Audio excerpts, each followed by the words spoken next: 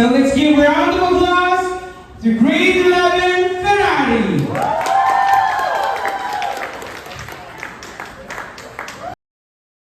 Sa ika-30 araw ng Disyembre, sa bisa nito, Ferdinand E. Marcos ng Batak, lalawigan ng Ilocos Norte, inalahal at itinanghal bilang Pangulo ng Republika ng Pilipinas. We shall make this nation great again.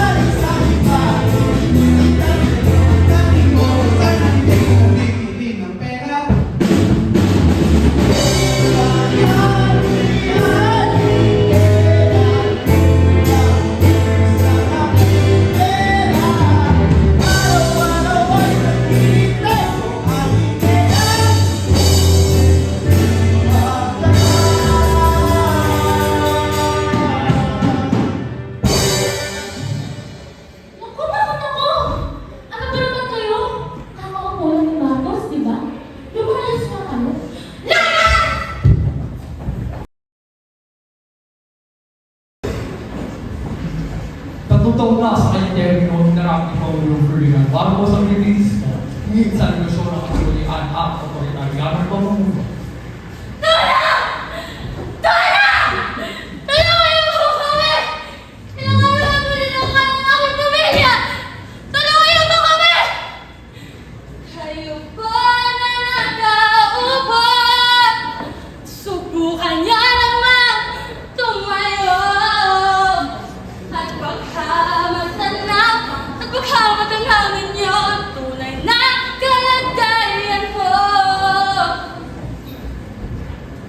Sa aspetong pangkuluhiya, hinaharap ng bansa ang mga hawak-usahan ng mga kulang ng pang-abuso at paggamit ng nasakit sa boto ng bayan ay naglalagay sa hindi pagtibay ng ekonomiya ng bansa. Narito ako ngayon kasama ang isang taga-sulat.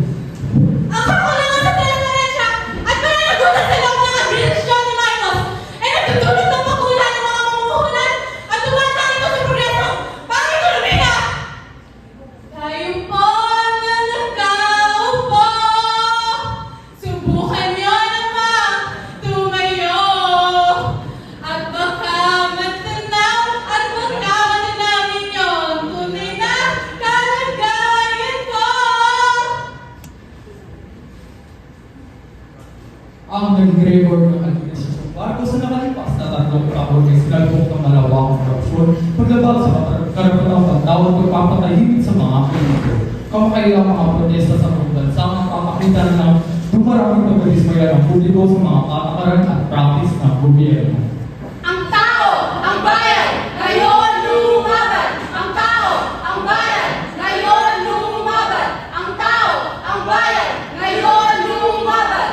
Huwag kang masyadong halata. Bato, bato sa langit. Ang matama ay huwag magkalihit. Bato, bato, bato sa langit. Ang matamaan ay huwag masyadong halata. Ano? Sige! Wag! Balag! Wag! Balag! Wag! Komunista! Wag! Following orders! Wag! No question asked!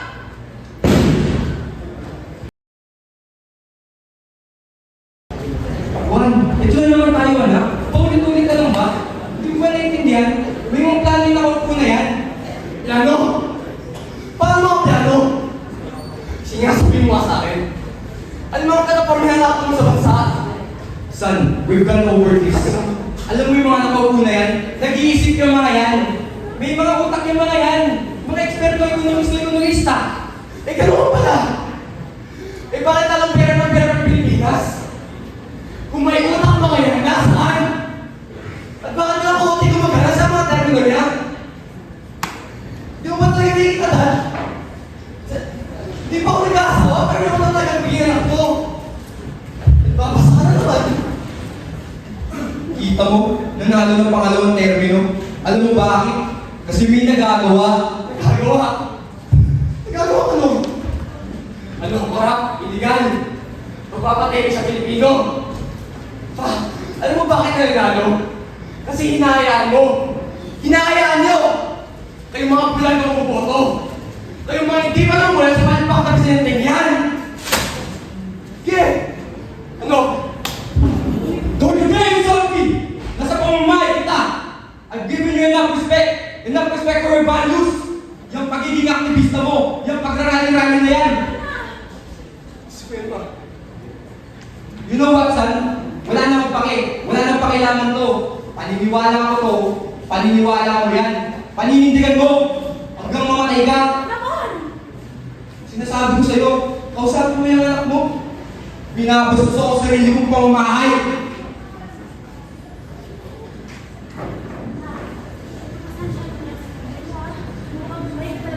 Mighty!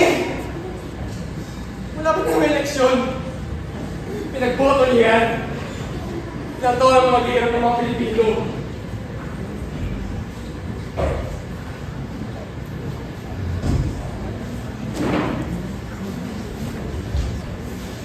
Ika'y dumating na parang ihip ng hangin. Ay, ang galing ka dahil sa'yo. Tadhana ba'y di natin pwedeng alamin. Liwanag ang daan tungo sa'yo. Dito ka na.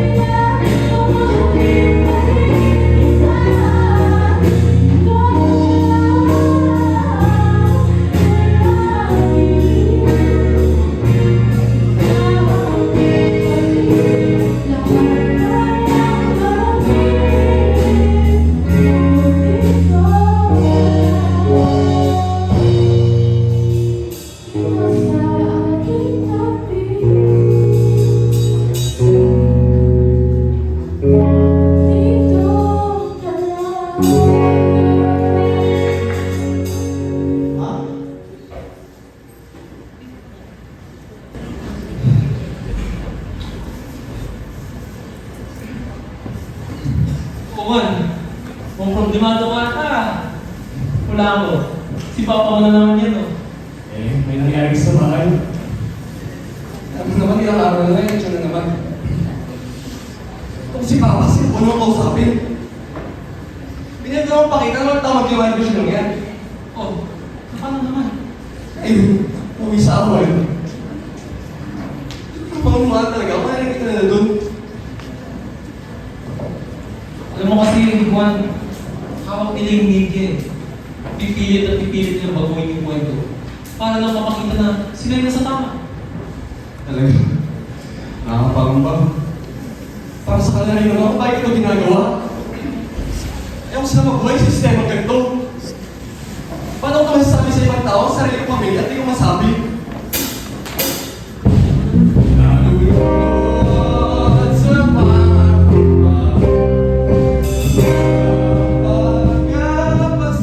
pagkapasukan na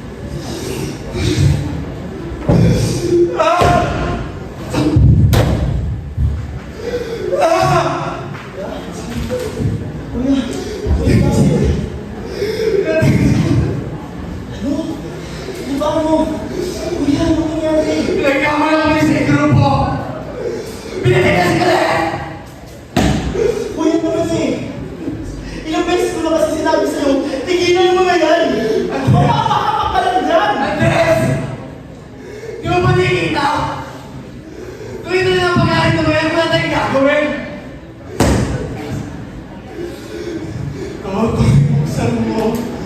Buksan mo ang isip. Ilaban ang karapatan ng bawat.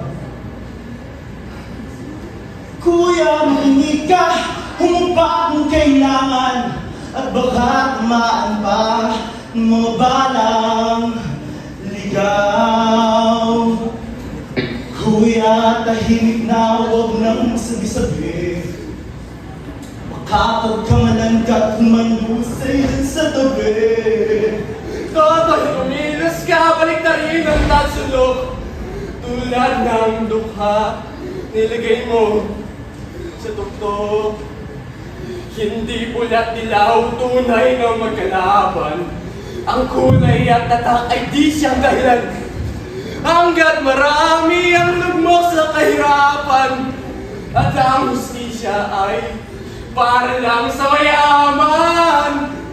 Habang may tatsulok at sila nasa tuktok, di matatapos itong gulo. Hindi pulat dilaw, tunay na magkalaban. Ang kulay at tatak ay di siyang dahilan. Hanggat marami ang lugmok sa kahirapan, at ang hustisya ay para lang sa mayaman. Habang may tatsulok at sila ang nasa tuktok, di matatapos itong gulo. Habang may tatsulok at sila ang nasa tuktok, di matatapos itong gulo. Di matatapos itong gulo.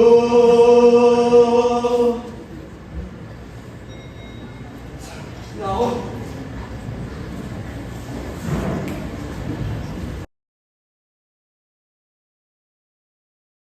My countrymen, as of the 21st of this month, I signed Proclamation number 1081, placing the entire Philippines under martial law.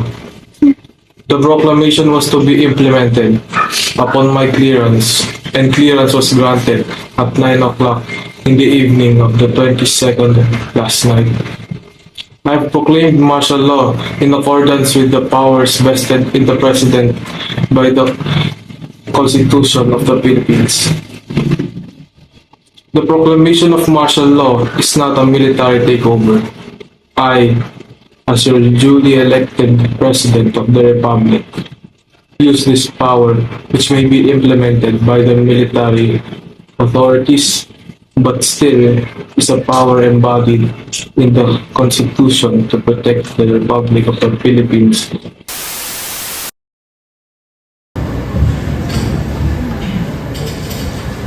Kung nabasin niyo yung bago kong project sa trabaho, Nabanggit mo nga. Mukhang maganda. kung magiging successful to, malaki na credibility tayo. Tres, baba na! Kain na!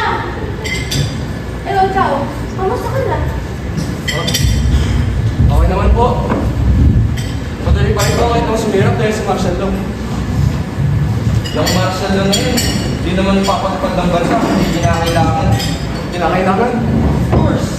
Yung pagka-normal kung sitwasyon natin ngayon, pero lahat yan, para naman sa bansa, at kisaba na nire-reforma ba yung bansa? Alam mo anak, kayo ng kapatid mo, 5-10 years, magbabago din ang pininiwalaan mo. Ba't mo dinidibdib lahat ng problema ng mundo? Would you rather enjoy life? Doon ba tayo nakikita, Dad? Sa 3 taon ng matabag ang martial law, libo-libo ang pinapatay, marami nang torture, libo-libo tinatampo at mga inosenteng tao yan! Gusto na magbabago? Isipin mo na eh, Ma, Pa, paano isa sa mga anak mo yun? Sige daw, sistema mo basta na gusto mabuhay. Kain na! Andres! Aba, nasaan na kasi yung batang yun? Andres, ilang tawag mo na to? Bumaba ka na! Yes! Oh, ba't nakaporma ka? Saan ka pupunta? Ano bang gabi na? Pupunta lang naman ako na Angel, ma. Di naman ako papalit. Paano ko hindi mapapalik ng uwi eh? Sana, as I said earlier, mga bata pa yung mga yan. Let them enjoy their youth. Pag nalampasan nila yun, wala na. Sige na, enjoy. yun, no? Buti pa si Daddy. Pero alas 6 na, Ramon, gabi na. Alas 6 pa lang. Okay ba? 8-9, nakaupo yung mga bata na to. Kaya lang. Yes, talaga mahal namin, Daddy. Di ba? Oh, mag-iingat ka. Huwag ka nga naman sa birthday. Problema? Huwag mo sabihin na naman. Ay, yun ang sinasabi ko sa'yo. Ha? Ano yun? Boss, hindi ka kasi yung mga boyfriend. Itong si Eman, busted. Busted? Nino? Ni Mabel? Hindi. Nino? Di ba siya? Hindi. Sino ba kasi yan? Pagkadami-dami ko ba naman? Pati yung anak ni Aling Nina, di mo pinobra? Nalimutan na natin yan. Nasa kanila na nga, di ba? Ito kasi, boss. Itong si Eman, busted ni Marian. Marian! Si Marian! Ay, nako! Sige, sigaw mo! Napakaingay talaga eh. Pero sabihin mo kaya, iniwan ka lang ng choice. Busted ka lang ni Marian. Tigilan nyo na nga yan. Ay, naman pala kayo problemado eh. Alam nyo, sige na. Saan? Sa mabuting usapan. Kaya na tayo. Alinana, we're back! Miss niyo naman kami eh! Oh, Ferdinand and Franz! Nandito na naman kayo? Gabi na! Di ba kayo kinakala? Iba naman to. Ay, mga bata talaga. Masya, sige! Ilang oras na kayo? Mamaya pa ako. Alas 10 magsasa eh. Ngayon na. Ano ba mga pulutan natin dyan? Apa, madami na ng pulutan dyan. Ano bang type mo? Ayun o. Oh, di ba pa kayo tapos? Patapos na po. Oras na eh. Bedtime pa na.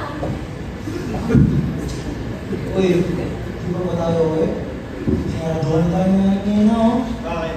Takot ka ba? Tol, parang takot yata itong si Dres eh. Hindi no. Hindi naman takot eh. Hindi kasi... Ano pinatugad yung martial law? Kasi ano eh. Ano yung sinasabi niya? Na ayun, maraming nakaapi. Ano naman ewan to? Sabihin mo, takot ka lang. Kaya magdala na Dres, yung mga nanguhuli, wala yung mga yan. Pakalmahin mo nga ito, para mas problemado pa sa atin eh.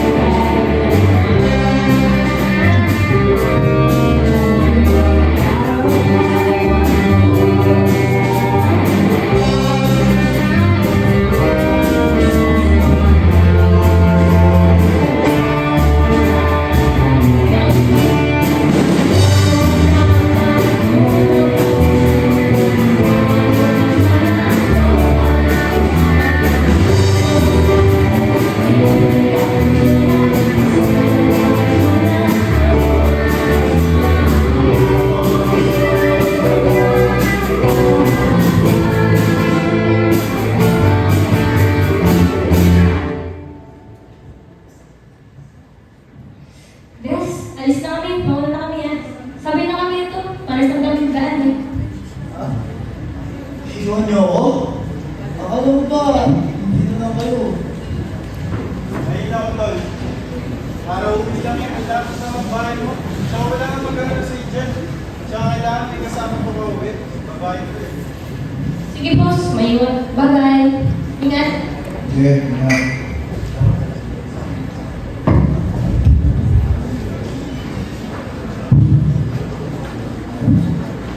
Kevin na! Kevin! Uy! Kevin dito! Andres! Gising! Gising! Tara na! Gising! Andres! Kuya, Kevin na! Marami na ako ulit! Tara na ulit, polis! Kumuya ko dyan! Siguro ko! Ang oras! Lapit sila! Dito ka na! Sa kabasi ng susunod! Oh, kahit ito nangyari, check lang rin eh. Nagagalaw. Asa na ba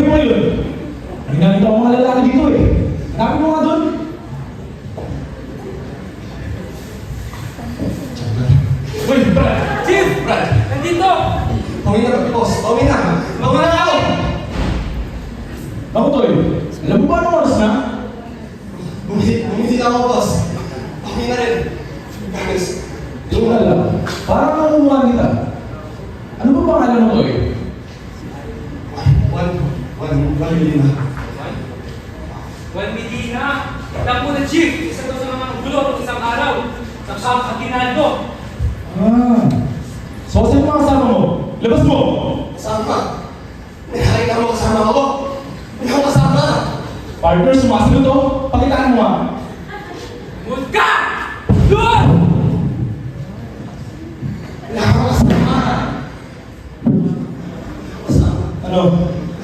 Magmamatigas ka pa rin? Sabi ko, asa yung mga kasama mo? Wala! Wala akong kasama! Sinungaling ka! Alam mo bang ginagawa sa mga kumistal tulad mo? Tinutorture, pinapahirapan, kayo mga salot sa lipunan, mga salot sa gobyerno. Sige, lipit mo na yan. Chief, hindi ba tayo mapapamak dito? Kaya lang suspendyan rito habeas corpus. Kaya talaga mga buguan, di pa sanay. Pwede natin gawin ang gusto natin gawin. Huliin kung sino man. Makapagniriyan tayo. As long as nandiyan ang martial law. Yan, sa mga pulis na yan, magpasalamat ka dyan. Kung di dahil sa kanila, hindi mapapatagal ang martial law. Pwede ka natin silang set-up eh. Sabihin natin na may balak silang masama at gusto nilang kalabanin ng gobyerno. Gets mo ba? So chief, dahil sa mga komunistang tulad nito, napapatagal ang martial law.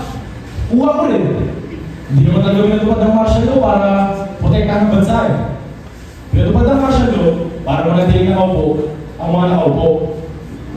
Alam mo ba, sa dami namin naman nagpuprotesta bago matapos ang pangalawang termino ni Marcos, nawala. Natakot. Kaya yun, siya, sige, ligpit mo na yan. Dahil sa quarters, pasok na pa makalamin sa atin.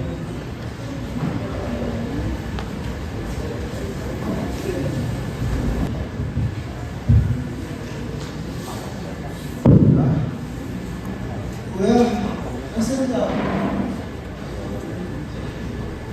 Kuya? Kuya? Kuya! Kuya, wala! Kuya!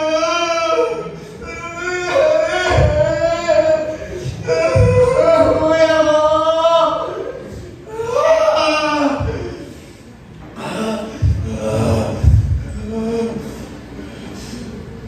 Hindi pulang dilaw tunay na magkalaban. Ang kulay at tatak ay di siyang dahilan. Hanggang marami ang lumok sa kahirapan. At ang hustisya ay para lang sa mayaman. Habang may tatlo at sila ang nasa tuktok, di matatapos itong gulo. Kuya ko! Kuya!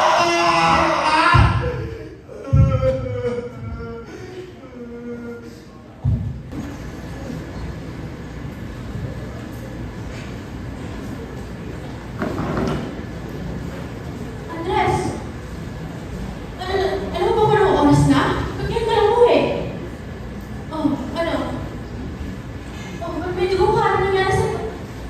Saan ang kuya mo? Si Kuya po. Si Kuya. Si Kuya. Nalambot si Kuya. Kuya.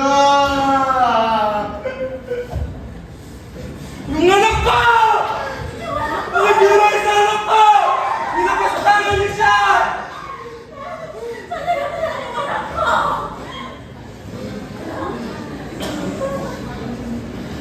Laban! Ang gagawin natin?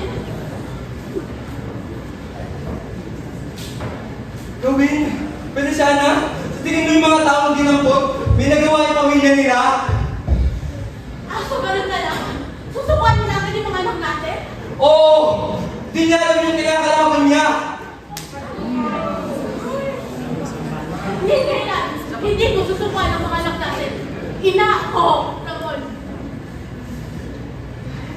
Hindi ko sila susukuan.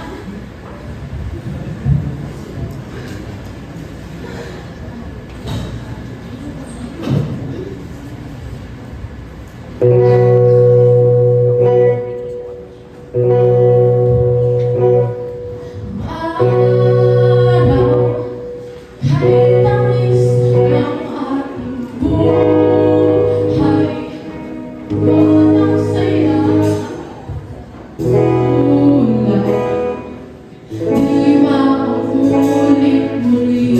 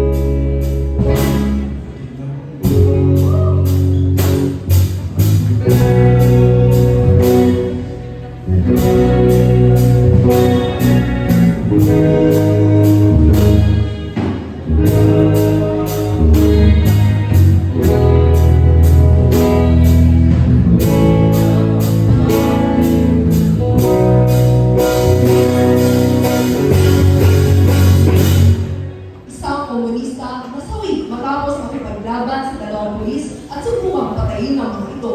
Sa isang kaguluhan sa Luzon, isang individual na itinuturing ng miyembro ng Pamilyang Komunista ay nasawi matapos makipaglaban sa dalawang pulis. Ayon sa mga otoridad, ang individual ay nagpakita ng armas at nagdangkang patayin ang mga ito bago siya tuluyang masawi sa isang madugong engkwentro. Ang insidente ay nagdulot ng agarang reaksyon mula sa mga otoridad na naglunsad ng pagsisiyasan upang matukoy ang buong konteksto ng pangyayari at mga posibleng motibo ng nasawing individual. Samantala, patuloy ang operasyon ng mga otoridad sa pagpapanatili ng kapayapaan at kayusan sa bansa. Mabuhay, Pilipinas! Hindi totoo yun! Hindi komunista yung una ko! Hindi siya lumaban! Hindi siya komunista! Hindi komunista yung una ko! Hindi ka tama!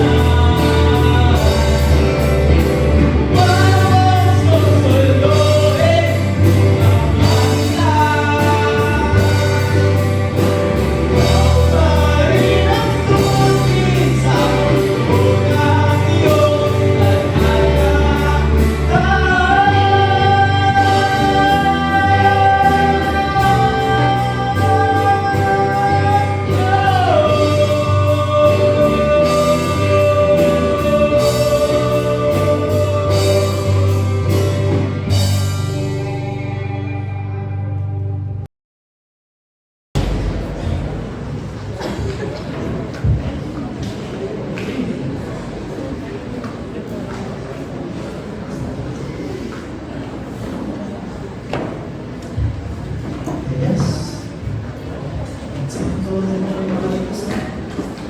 Nakakarapin ng bago. Ang ngayon lang. Kasi meron tayo sa hindi ko. Kasi dahil ito wala na tumawag yung organisasyon natin. Tama nga, Andres.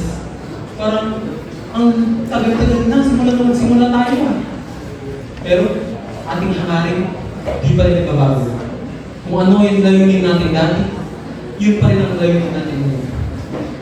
Sino mag-aakala na sa mga isang mundo? Napakarami ng mga pagkakaan. Maraming laban, sa audition, yung patuligan na. Minsan nga, di ko nga alam kung ano mararating natin dito eh. Pero alam mo, Andres, determinasyon at pagkakaisa, yun ang magsasalba sa atin. At kahit anong mangyari, hindi tayo mapapakita. Hindi tayo titigil hanggat hindi natin nakakamtan ang tunay na kalayaan at katarungan para sa mga mamamayan. Pero Andres, ang hirap pa rin isipin na ang dami pa rin nagbubulag-bulagan dyan. Ang dami bulag sa katotohanan. Ang dami bulag sa sistema! Nakalayan na ka sa Espanyol, pero hindi pa rin sa kapwa yung Pilipino mapagmataas. Napakarami pa kami hindi naman. Kayong mga nakaupo lang dyan. Tingin nyo normal na lahat ng to? Ha? Pero sa bawat sulok ng Pilipinas, meron na naghihirap, meron na bibiktima, meron na mababoy ang pagkatao dahil sa bulok na sistema!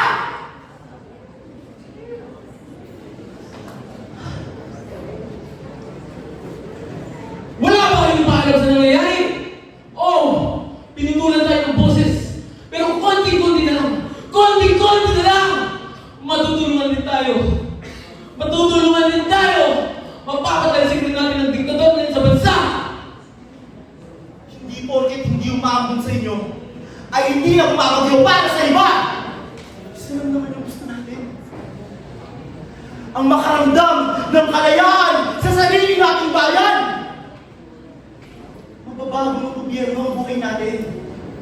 Pero tayo ang pwede bumago sa gobyerno!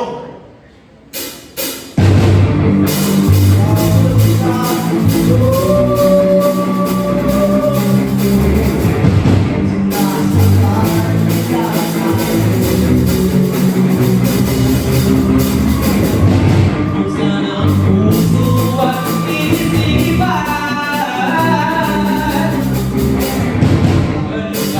Malupain ang kamay.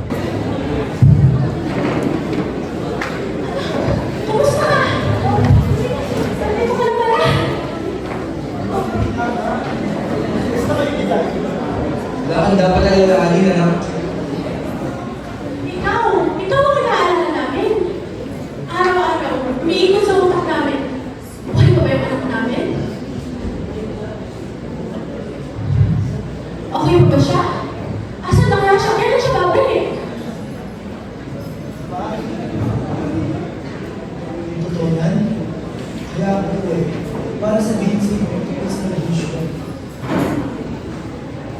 Hindi ko alam ano pa pwede mangyari sa mga susunod pang araw. Marami kami lalaman. Alam ko, hindi mo din ang desisyon.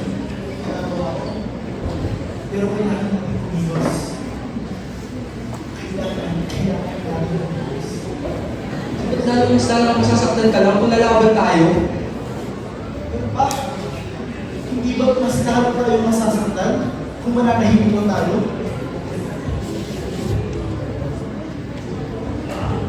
Eh, paano may nangyari sa'yo? Paano naman kami? Isang pumulong sa ko. Pero pa, may pag-asa tayo. Pero na yun. Ito yung sinasabi ni Kuya. Nakikiusap na lang.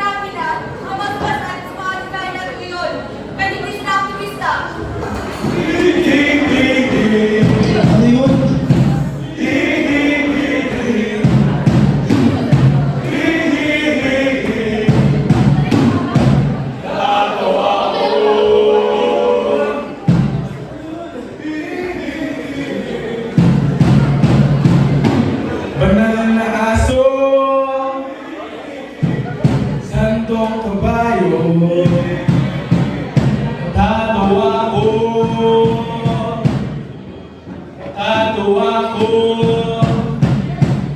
Natatawa ko. Walang kikilos, kami ang gobyerno at walang pwede namang gawin na aktibidad laban dito.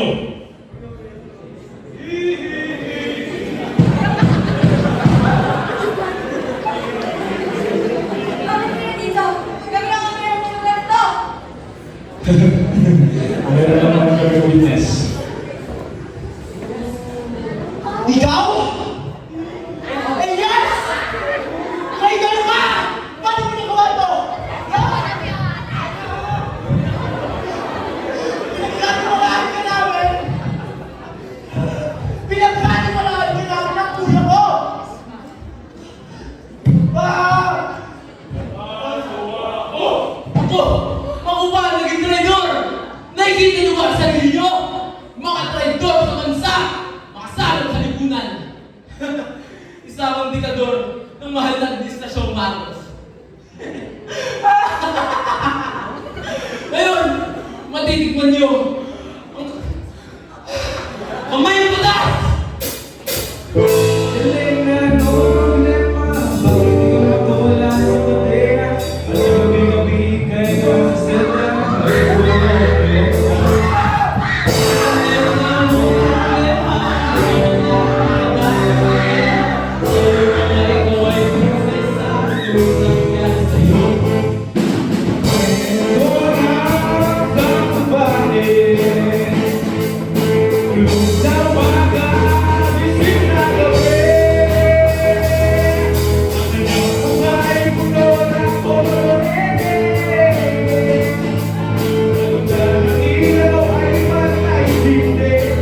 Simulan na natin ang istorya. Sumuko na kayo. Patatahimigin namin ang bawat isa sa inyo. Hindi ka tahimikan ang magliligtas sa'yo. Ang tanging kailangan ay marinig ang boses mo.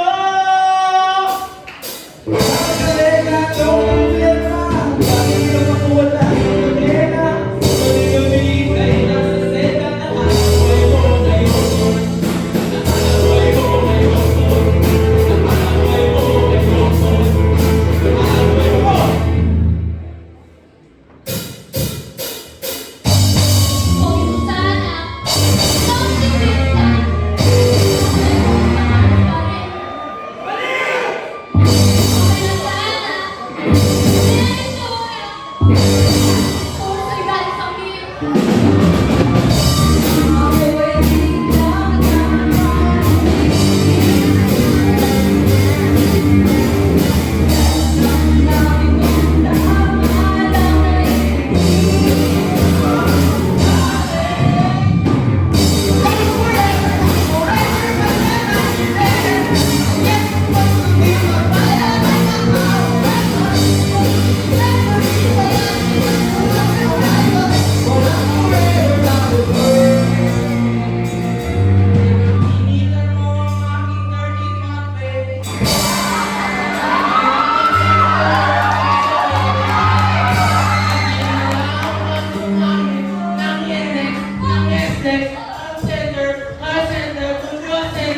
ng boss mong Thunderer!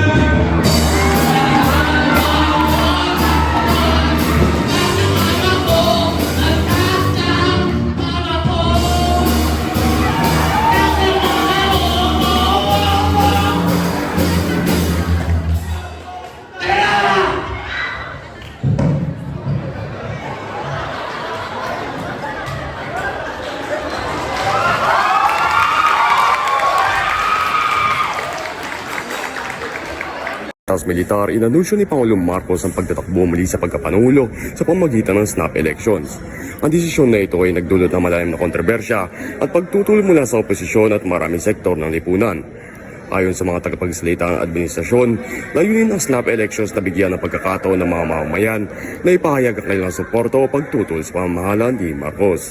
Ngayong 1 ng Pebrero, nag-walkout ang mga vote tabulators habang binibilang ang mga boto sa snap presidential elections. Tumanggi ang mga itong ipagpatuloy ang kanyang tungkulin. matapos makita ang lantarang pagmamanipula ng mga boto para mapanalo si Pangulong Marcos.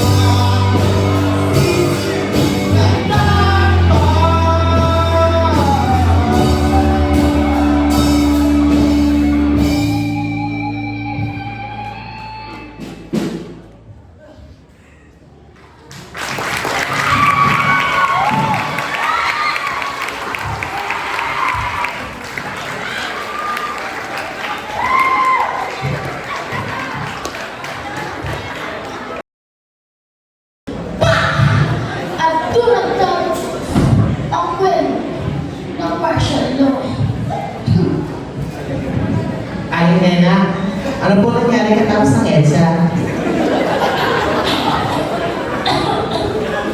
Ay naku ako, dami nangyari. Tuluyan na naman sila mga Marcos sa Pilipinas. Ay naku ako, habang kwento ko. Pero ikakwento ko to para sa'yo. Ako, alam mo ba nun? Pinagsisisihan ko, like, todo na Marcos supporter ako doon. Ano po yung aling nena? Na ako, hindi Marcos supporter ako doon. Solid na solid. Ako, ang dami kong gusto na i-kwento, pero di ko na maalala eh. Pero alam mo, ang dami nagkakala na si Marcos ay magpapakalat ng Pilipinas. Aling nena, ano po nangyari nun? Ang kulit naman ako. Ay, hindi mo na lang yung TV. Ang ba't mo kayo mo?